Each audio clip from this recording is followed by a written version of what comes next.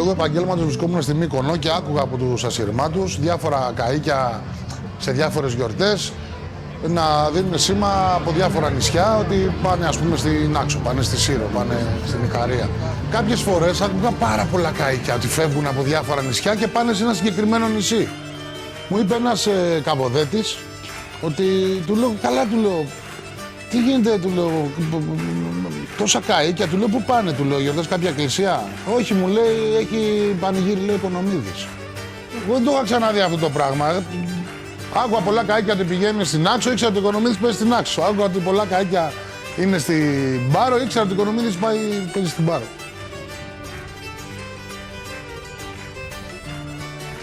Έγραφα με έναν τρόπο, να το πούμε, αυθόρμητο. Δηλαδή έλεγε η καρδιά μου κάτι, ερχόμουν στα μεράκια που λέμε, γιατί ήμουν νέο παιδί, είχα ένα ενθουσιασμό με τα όργανα, με τις κλίμακες.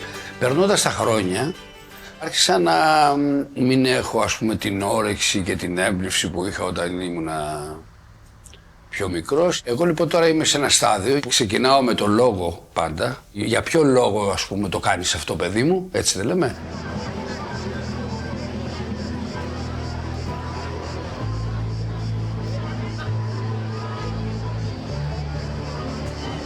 Το γλέντι το έγραψε στην Αθήνα. Το ξεκίνησα με το λόγο του, που ήταν να περιγράψω το γλέντι.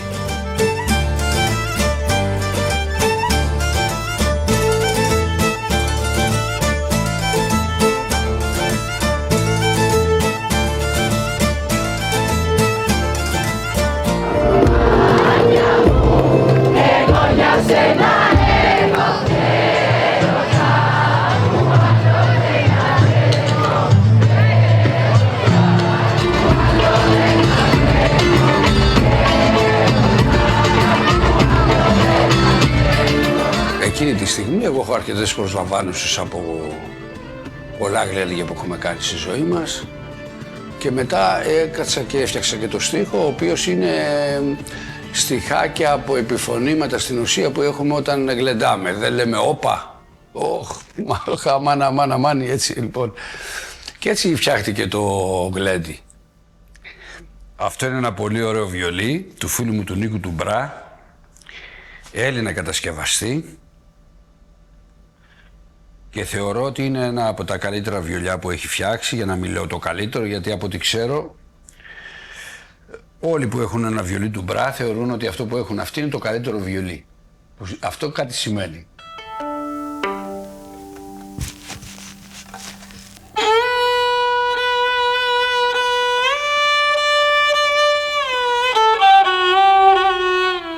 Η καταγραφή είναι καταρχήν να έχεις το μεράκι, την τρέλα, το ψώνιο, να το αγαπάς, διότι δεν υπάρχει και εκεί ένας τρόπος.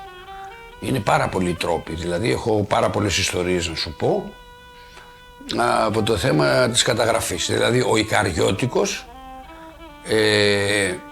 εγώ τον έμαθα από ένα 45άρι που μου έβαλε ένας παραγωγός στην Ικαριακή ραδιοφωνία όταν κάναμε μια συνέντευξη εκεί πέρα, μια εκπομπή. Και άκουσα το θέμα του. Όλο το άλλο που παίζω είναι αυτοσχεδιασμός δικός μου, ο οποίος είναι πάνω στο θέμα όμως.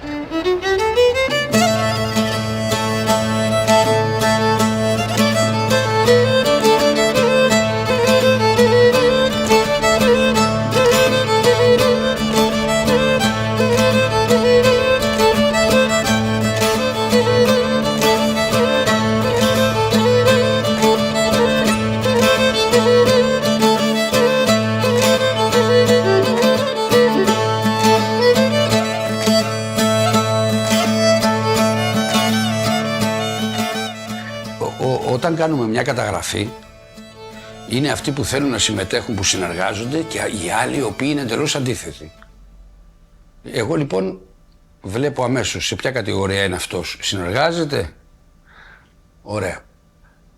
Αν συνεργάζεται όλα καλά, γιατί αυτός που συνεργάζεται ξέρει ότι θέλει να μεταφέρει αυτή τη γνώση που έχει, το τραγούδι του παππού του, που θεωρεί ότι είναι του παππού του, επειδή το έλεγε ο παππούς του, και να καταγραφεί, να μην χαθεί και όλα αυτά.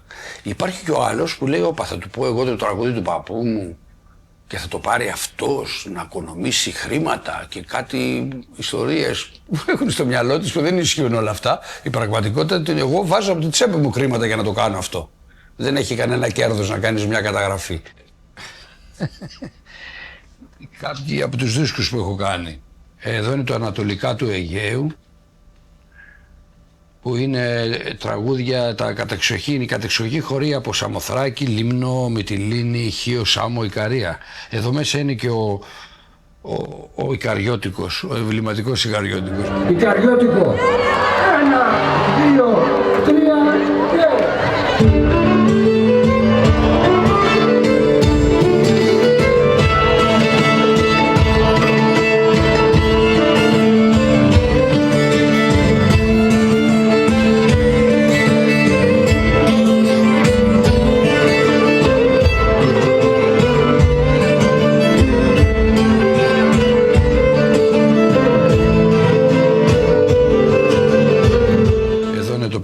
Στα Κύθυρα. Σκέφτομαι μια ιστορία που είμαι στα Κύθυρα και με πάνε σε ένα ωραίο κυριούλι και μου λένε αυτός ξέρει πάρα πολλά τραγούδια.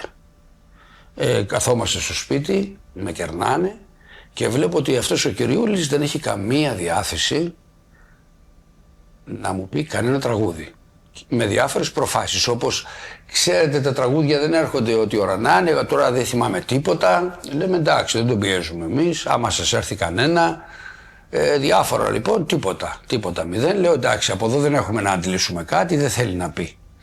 Και στη συζήτηση απάνω λέει έχω και ένα βιολί της αδέρφους μου επάνω στο πατάρι. Οπότε λέω να το δούμε. Για κατέβασέ το, λέει η γυναίκα, το κατεβάζει, βλέπω εγώ ένα βιολί επώνυμο και του λέω αυτό το βιολί είναι μεγάλης αξίας, είναι επώνυμο και πώς το έχετε στο πατάρι και τα λοιπά. Ο άνθρωπος λοιπόν είδε απέναντι κάποιον που του λέγε την αλήθεια, σου λέει αυτός. Δεν είπε να μου πει το πουλάς, να το πάρω ας πούμε. Παρά του είπα την αξία του και από τον ενθουσιασμό του θα σου πω το τραγούδι του παππού μου. Και ξεκινάει. Στην Παλιοπόλη κάνα ζευγάρι και μου φέρανε καλό χαμπάρι. Ένα φοβερό τραγούδι, αρχαίγωνο εντελώς. Και φύγατε λέγου για το σπίτι. Απαλαργουρίδα το χιονίτι και φύγατε λέγου για το σπίτι. Ζεστασιάσα μπήκα στην κάμαρα από το τζάκι κι από το ξυλά.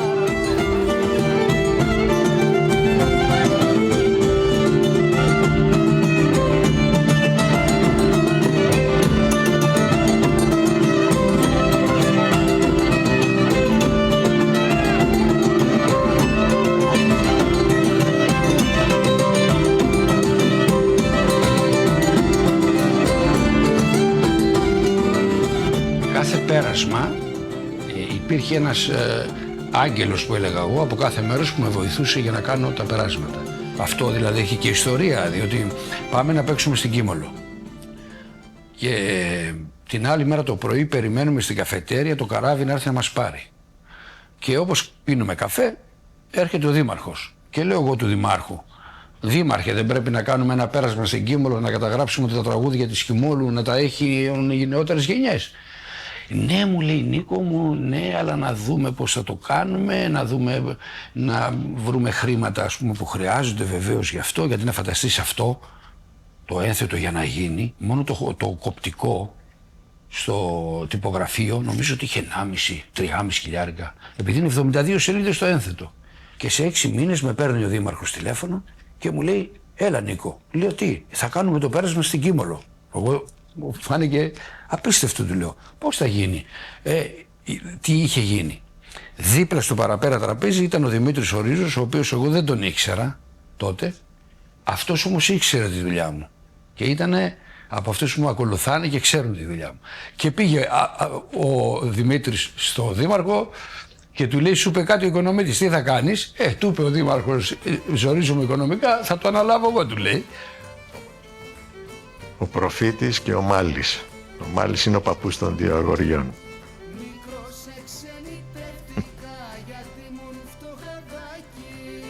Και αυτές ήταν τις τελευταίες τους καταγραφές, δεν ξαναπαίξανε μετά, ήταν μεγάλη πολύ.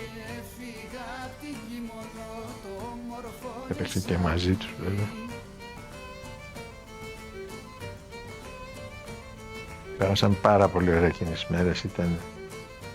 Στην Κίμολο ήταν όλοι συνεργάσιμοι και ήταν και μια εποχή που έκανε κοιλιά το νησιώτικο το τραγούδι. Δηλαδή δεν υπήρχαν συγκροτήματα. Οι μεγάλοι είχαν μεγαλώσει, οι μικροί ακόμα δεν είχαν μπει μέσα στο παιχνίδι και ήταν ίσως και η αφορμή να ξαναγεννηθεί και να ξαναξεκινήσει. Και όντως τώρα έχουμε 4-5 ομάδες πολύ δυνατές. Ξεκινάγαμε από το πρωί, βλέπαμε τις θείες, πηγαίναμε στα σπίτια, μας οδηγούσαν η μία στην άλλη, πολλές καλήφωνες κυρίες, γιαγιάδες και θείες. Σε έλεγε, για πέστε μας αυτό, πέστε μας εκείνο. Τσακ, το παίζανε. Έκανε μια εβδομάδα κάτσαμε εκείνη. Θυμάμαι ότι ήταν Πρωτομαγιά γιατί είχαμε φτιάξει και ένα στεφάνι. Τραγουδάγανε, μαγειρεύανε, τραγουδάγανε και έγραψε ο Νίκος.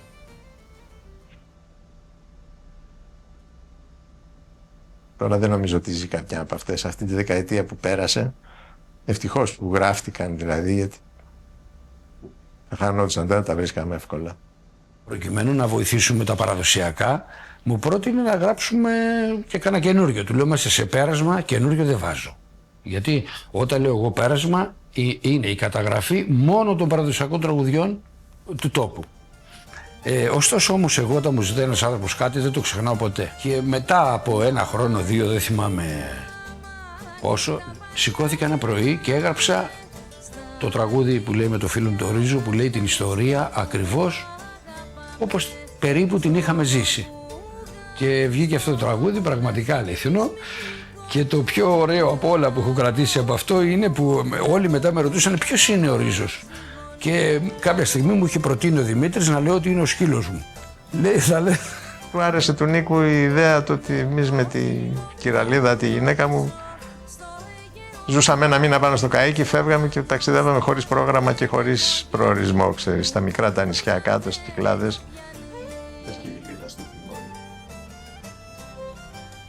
Τον Γιάννη μου τον έδωσε ένας φίλος ψαράς Μικονιάτης όταν είχε σκοπό να το παρατήσει το καΐκι και να το σπάσει. Είχα ήδη προσπαθήσει να σώσω 1-2 καΐκια χωρίς επιτυχία.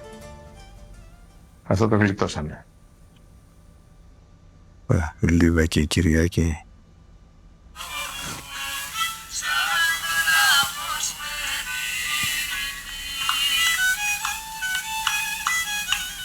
Έτσι κάναμε καντάδα από τη βάρκα. Και αλήθεια είναι ότι και μετά, από το τραγούδι και μετά, έχουμε συνδεθεί ακόμη παραπάνω. Πάμε στα διάφορα τα μέρη και μας γνωρίζουν από το τραγούδι πολλές φορές. Θα γνωρίζουν το καΐκι, μας βοηθάνε, μας εξυπηρετούν, μας φέρνουν πάγο, μας φέρνουν νερό. Είναι δηλαδή διαβατήριο για τις Κυκλάδες ο Ανεμογιάννης.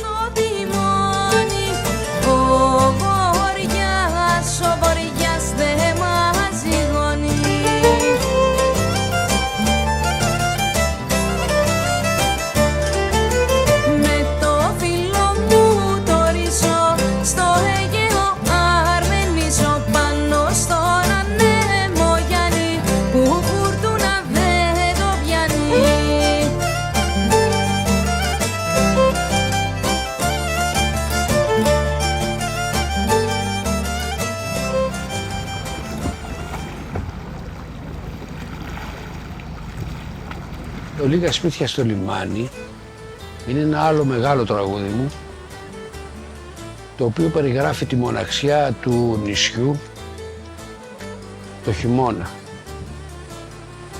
Γιατί όλος ο κόσμος λέει νησιά, καλοκαίρι, μπάνια, χαρές, και το χειμώνα όμως, άμα είσαι σε ένα μικρό νησί όπως είναι η Σχοινούσα, είσαι εσύ και ο Θεός.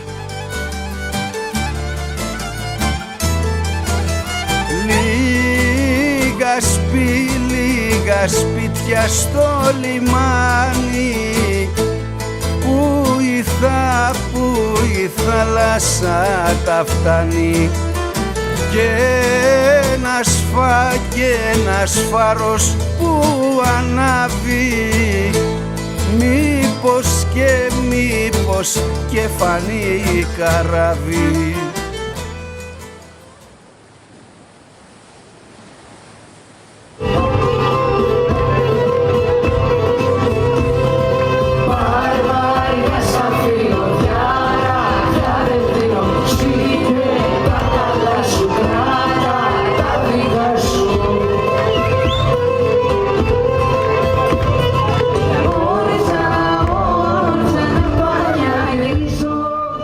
Παλιά λοιπόν στο τέλος δεκαετίας 70 με 80 πήγαινα πολύ συχνά με τον Γιώργο Μπίλη στη Μύκονο. Και θυμάμαι, ήμουν μικρό παιδάκι και ό,τι κομμάτι έπαιζα, ερχόταν κάποιος και μου έλεγε και πιο γρήγορα. Με αποτέλεσμα, ό,τι τραγούδι παίζαμε, είτε μεσαίο είτε αργό, να το παίζουμε τόσο γρήγορα που το πρωί το κεφάλι μου κουδούνιζε. Λέω, δεν είναι δυνατόν. Πρέπει να γράψουμε κάποια τραγούδια, κάποια τραγούδια γρήγορα για να μπορούν αυτοί οι άνθρωποι να χορεύουν το χορό τους, ο οποίος είναι τσαμπουνιστός, γρήγορος. Έτσι λοιπόν το είχα στο πίσω μέρος του μυαλού μου και όταν γυρνάω από Αμερική, μέσα στο αεροπλάνο, από το παραθυράκι, κοιτάω κάτω και βλέπω ένα ποστάλι στον Ατλαντικό ωκεανό τώρα και πήγαινε. Και μου ήρθε ο στίχος «Μπαρμπαριά σ' αφήνω, διάρα πια δεν δίνω, σύ και τα καλά σου, κράτα τα δικά σου. Όρτσα τα πανιά γυρίζω και για την αγάπη μου πάλι αρμενίζω». Σύ μου πάω εκεί που αγαπάω.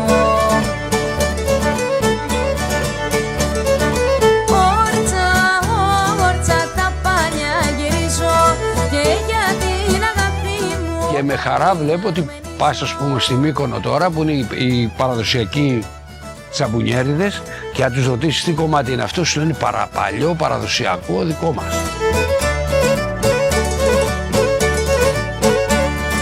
Πάω πια κοντά της, μες στην αγκαλιά της, να βρω το λιμάνι που καιρός δεν πιάνει.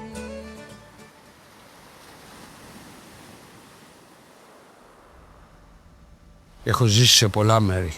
Από τα 5 μέχρι τα 12 στη Σκηνούσα, 1 χρόνο στην Άξο, τα υπόλοιπα χρόνια στην Αθήνα, 4 χρόνια στη Χίο, ξανά στην Αθήνα και τώρα στην Πάρο.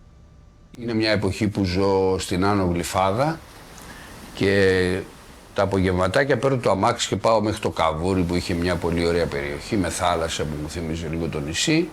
Μπαίνοντας στο αμάξι και πηγαίνοντας, μου έρχεται ο στίχος μαζί με τη μουσική. Αυτό δεν μου είχε ξανασυμβεί σε άλλο τραγούδι, ταυτόχρονα. Αρχίζω και συγκινούμε. Αλλά πολύ, δηλαδή σε σημείο που αρχίζω να κλαίω. Δίπλα στο γυαλό το σπίτι και με τον Αποσπερίτη με νανούριζες. Κι ήτανε κοράλια άσπρα των παραμυθιών τα κάστρα που με γύριζες. Και μπαίνει ρεφρέν, αχ αγαπημένη μάνα με το παιδικό μου κλάμα σε αναστορώ, σύ που μου δείχνες τα αστέρια και μου έβρεχε στα χέρια μαλμυρό νερό. Δηλαδή ήταν ένα πράγμα χήμαρος μου ερχόταν αυτό. Οδηγάω, φεύγω, πηγαίνω στο Καβούρι, κάθομαι εκεί λίγο απέναντι και βλέπω τα καράβια εκεί απέναντι και λέω ο πατέρας στα καράβια και εσύ έμενες τα βράδια και ξενύχταγες και όταν μπαίνανε οι χειμώνες και φυσούσαν οι κυκλώνες, εσύ δεν μίλαγες. Κάνω υπομονή, μπαίνω στο αμάξι και πηγαίνω σπίτι μου. Εκεί λοιπόν στην Άνω Γλυφάδα επάνω, στην ταράτσα, είχα ένα πλισταριό που το χρησιμοποιούσα για στούντιο. Και είμαι τόσο χάλια που ξαπλώνω στην ταράτσα. Και βλέπω τα αστέρια επάνω. Και μου έρχεται ο τελευταίος στίχος και έκλεισε το τραγούδι ας πούμε και πήγα και κοιμήθηκα μετά, λέω τέλος. Ναι. Ήτανε, μπορώ να το πω, μια μεγάλη θάλασσα που με έπνιξε. Τον Αποσπερίτη με νανούριζες.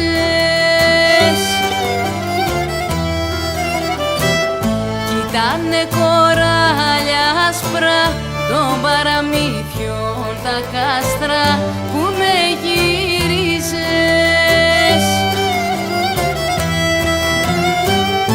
Αχ αγαπημένη μάνα.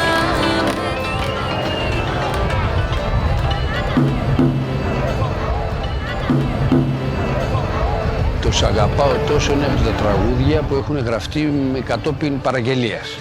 Εγώ δεν θα το έκανα ποτέ αυτό, δηλαδή να μιμηθώ ένα τραγούδι μου και να φτιάξω, επειδή είχε επιτυχία το ένα, να φτιάξω και το άλλο. Αλλά έγινε επειδή ήταν παραγγελία.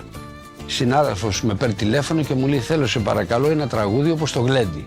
Το Γλέντι λοιπόν έχει μια δικιά του κλίμακα. Δεν υπάρχει στα παραδοσιακά όσο και να ψάξουμε. Σε αγαπάω τόσο μέχρι τον ουρανό και μες στην αγκαλιά σου τα βασάνα ξεχνώ.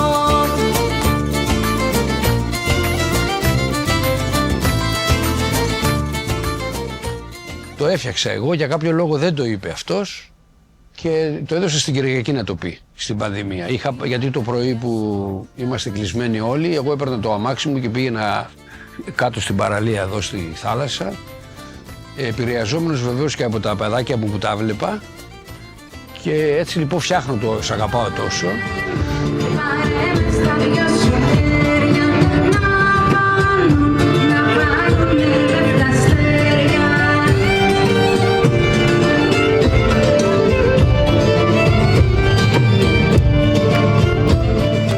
Όταν μιλάς σε ένα μικρό παιδί, δεν μπορείς παρά να του μιλάς όμορφα. Μιλήσω σε 2 μικρά παιδάκια.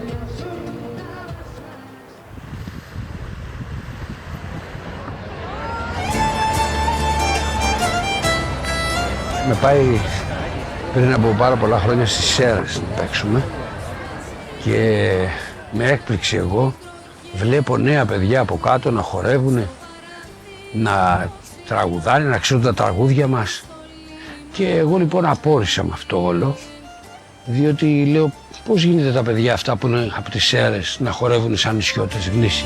Θέλω να βλέπω τα καραβιά να ταξιδεύουνε τα βραδιά, με τον βοριά το πελαγισό να φέρνουν τις αγάπες πίσω. Το πρωί όταν τελειώσαμε, λέω σε κάποιον που μου ζήτησε το «Λίγα σπίτια στο λιμάνι». Του λέω, πού ξέρεις εσύ αυτό το τραγούδι? Α, μου λέει, εμένα μου αρέσει να έρχομαι στην Πάρο, να κάνω διακοπές. Και είμαστε μαζί με την Κυριακή και του λέμε, σε ποιο μέρος μένεις? Μας λέει, στην Παρκιά. Κοιτάχτηκα με την Κυριακή, γιατί η Παρκιά δεν είναι το τουριστικό μέρος όπως είναι η Νάουσα. Και πέφτει αυτός και λέει την ατάκα, θέλω να βλέπω τα καράβια. Θέλω να βλέπω τα καραβιά να ταξιδεύουνε τα βραδιά, με τον βοριά το πελαγισό. Είπα λοιπόν αυτή την κουβέντα και την εικόνα σε ένα άλλο μου φίλο, που μετέπειτα έγινε και ο κουμπάρος μου, και αυτός μου μετέφερε επίσης την εικόνα από το λιμάνι της Νάξου, που έχει ένα πολύ ωραίο σπιτάκι και βλέπει μπροστά τα καράβια και τα λοιπά. Γι' αυτό και στο βίντεο κλιπ λέει αφιερωμένο στον Ανέστη και στο Θέμη. Ένα τραγούδι δεν έχει τον ίδιο χρόνο για να γίνει. Ένα τραγούδι μπορεί να γίνει σε μισή ώρα και ένα τραγούδι μπορεί να κάνει και 3 χρόνια για να τελειοποιηθεί.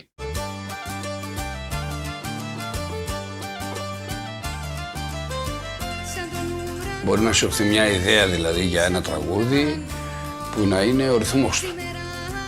Μπορεί να σου έρθει ιδέα για ένα τραγούδι που να είναι η μελωδία του, ο στίχος ή μια λέξη από το στίχο. Όπως το όπα όπα, ας πούμε, το έγραψα σκεπτόμενος αν τον ουρανό φαντάζεις αυτό. Και έφτασε να γίνει το όπα όπα στο τέλος. Σ' αγαπώ μα δεν σου το παρά.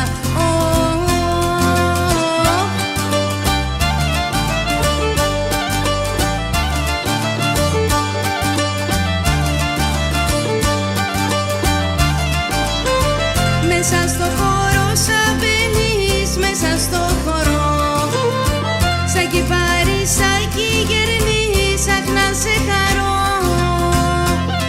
Και εδώ είναι ο πρώτος μου δίσκος, Ελένη Λεγάκη, Γιάντα να μη θέλεις Γιάντα.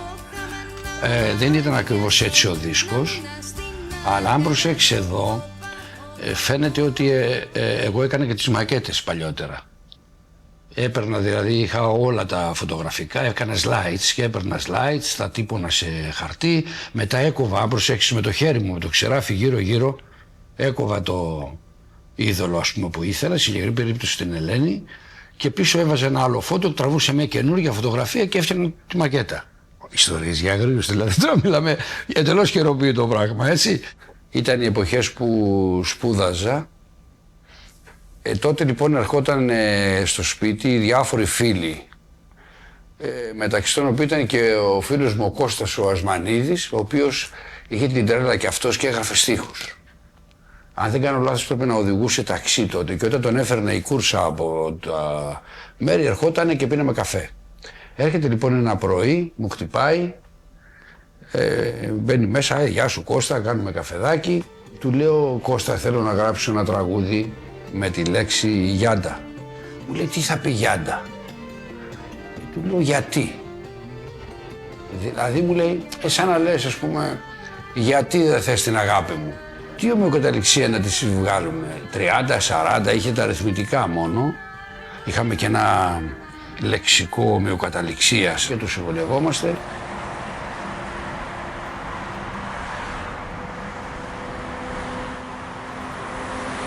Ήταν άλλη μια επίσκεψη στο σπίτι του Νίκου. Ήταν κάτι συνηθισμένο για μας. Εντάξει, και επειδή ο Νίκος ήταν φίλος μου, όποτε και να μου έλεγε να κάνουμε το οτιδήποτε, πολλές φορές έπαιρνα εγώ το αυτοκίνητο του όταν είχε κάποια βλάβη το δικό μου, έπαιρνα αυτό στο δικό μου. Όλη η στίχη του Γιάντα είναι πάρα πολύ απλή στίχη. Και αυτό είναι και η δύναμή του. Διότι είναι απλός στίχος, δεν μπορεί να κάνεις τραγούδι σταυρόλεξο. Εγώ το μεσημέρι πάντα, από μικρό παιδί, γέρνω καμιά-δυο ώρες. Οπότε του λέω, Κώστα, κάτσε εδώ, τον αφήνω στο σαλόνι, πηγαίνω εγώ και κοιμάμαι στην κρεβατοκάμαρα. Τέλος πάντων κοιμάμαι και ονειρεύομαι ότι οι λέξεις είναι πάντα. Σηκώνομαι πάνω, λέω, Κώστα, το βρήκα. Μου λέει, τι, οι λέξεις είναι πάντα, του λέω. Ούτε 30, ούτε 40, είναι πάντα. Αλλά τι να πούμε, Γιάντα, να με θες την αγάπη μου για πάντα. Δεν έχει, και μου λέει ο Κώστας, και γιατί δεν επαναλαμβάνεις τη λέξη Γιάντα να γίνει τετράστικο κανονικό. Και έτσι βγήκε λοιπόν Γιάντα, να μην θέλεις Γιάντα, την αγάπη μου για πάντα. Μετά λέμε θέλουμε δεύτερη, και το δεύτερο είναι άστρο της ζωής μου, άστρο, η καρδιά σου είναι κάστρο. Ωραία. Μετά γράφω το όνομά σου, γράφω με ένα βόσανο στο βράχο. Άστρο της ζωής μου, άστρο, η καρδιά σου είναι κάστρο, η καρδιά σου είναι κάστρο, άστρο της ζωής μου, άστρο. Κόλλησα και ένα ρεφρέν που δεν είχε.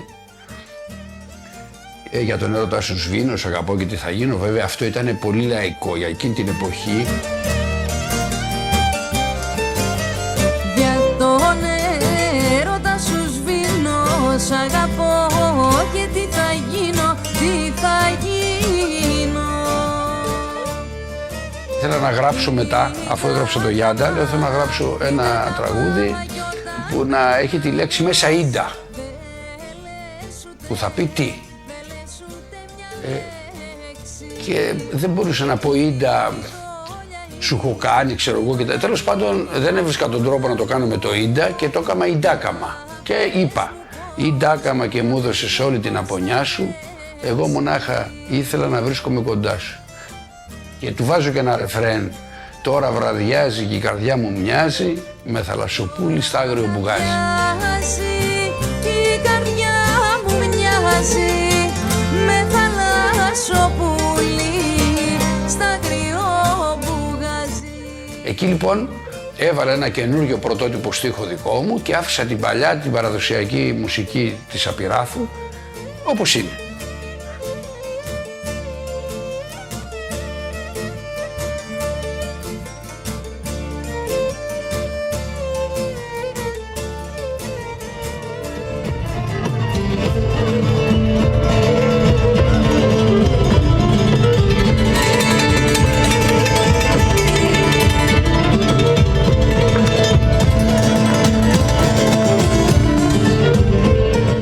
Είμαστε στην Αμασγό, σχολείο, 15-16 χρονών. Έχουμε ξεκινήσει, μερικά χρόνια ασχολιόμαστε με τα όργανα, μια παρέα που είμαστε εκεί. Έχουμε φύγει τώρα με ένα φίλο και κάνουμε μια διαδρομή μεγάλη, μονοπάτι, στο νησί. Μου λέει ο φίλος μου μια ιστορία για τον Λύσσο. Τότε δεν το ξέρω, πρώτη φορά το άκουσα, ότι ας πούμε το συγκεκριμένο φυτό δεν βγαίνει κάπου αλλού. Και μου είχε καρφωθεί τώρα εμένα, να πάω να πιάσω αυτό το ελίχρηστο που βλέπω πάνω σε μια πλαγιά. Πάνω σε κάτι βράχια που δεν σου λέω, είναι σαν να δω σκόψει μαχαίρι το βουνό και θα πάω και θα βγει εκεί. Δύο φορές γυρνάω στο σπίτι, το έχω απέναντι και επειδή είχα όντως τη μελωδία το πρωί, μια μελωδία και σφυράγα. Γιατί πολλές φορές μπορώ να ξυπνάς και να σφυράς κάτι και κάθομαι και σφυράω αυτή τη μελωδία. Τι ρίλι και εδώ, να, το ελίχεις.